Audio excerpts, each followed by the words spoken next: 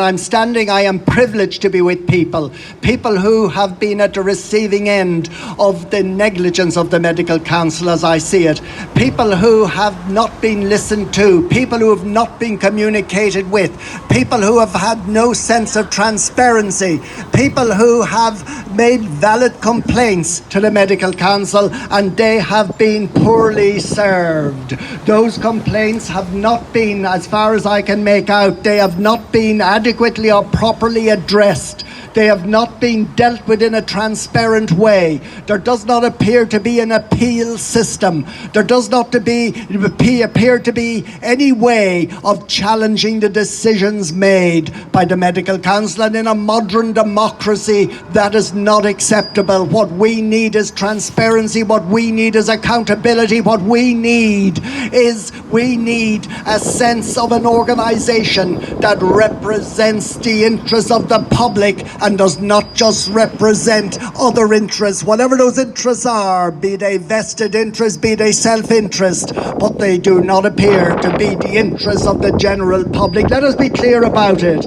The Medical Council was set up under the 1978 Medical Practitioners Act. It's not a bad act. It's an act that obliges the Medical Council to act in the best interests of the public, to protect the public from the occasional rogue doctor and to maintain high standards within the profession. That is their role under the 1978 Medical Practitioners Act, and as I said, it is a good act. It followed diligently, it followed correctly, it followed ethically, but sadly that does not appear to be what has been happening over the last period of time. I've been privileged to listen today to people who have been abused by the Medical Council, people who have not been listened to, people who have not been communicated with, people who have not benefited from transparency, people who have been ignored despite the pain, despite the evidence, despite all the accumulated evidence that exists, that people have been poorly dealt with, poorly treated. I'm not talking here about the honest mistake that any of us can make many times as a medical doctor. I have said, but for the grace of God, there go I.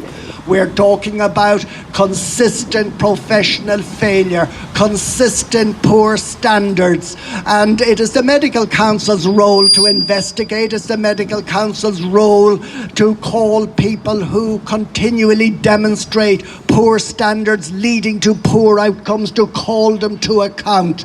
But that does not appear to be happening, at least not so in a transparent and in an obvious way. And then I ask you to compare and contrast that. Compare and contrast that with the rapidity that the Medical Council has acted against those small number of doctors who've spoken out against the official narrative regarding all things COVID.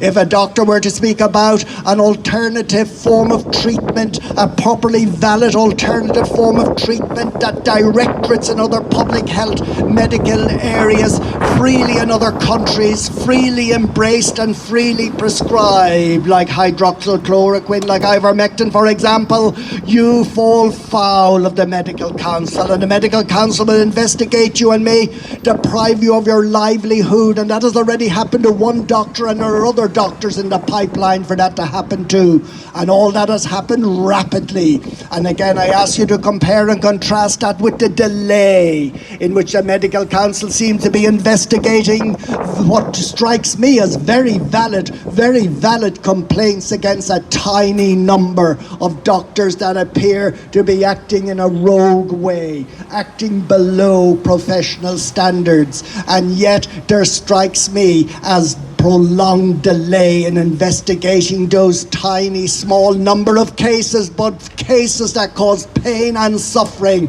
and to people, many of whom are assembled here today and many of whom I have the privilege to be standing beside.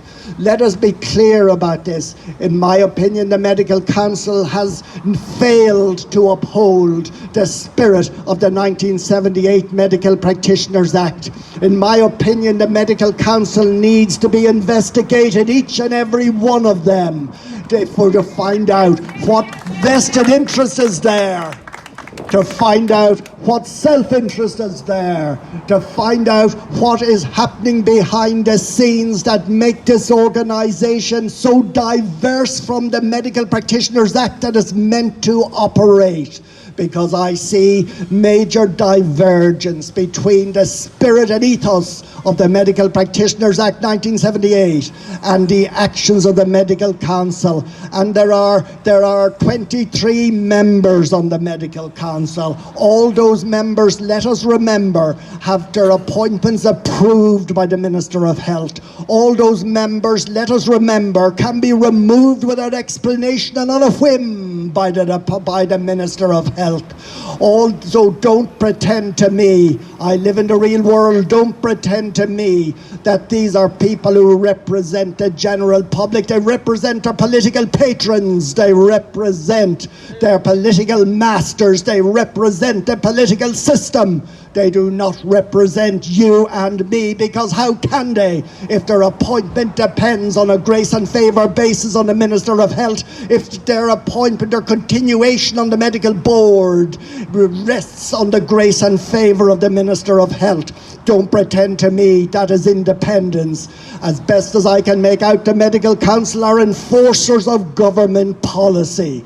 The Medical Council do not represent the interests of the general public, they represent the interests of their political masters. Let's get real and let's understand it in a clear and transparent way, because they do not communicate out to us in a clear or a transparent way. And I would say plainly, Medical Council, we are outside your premises today. You know who we are, you know we are here, and we are calling you out because we know you do not make the Medical Practitioners Act work in the manner in which it is meant to work.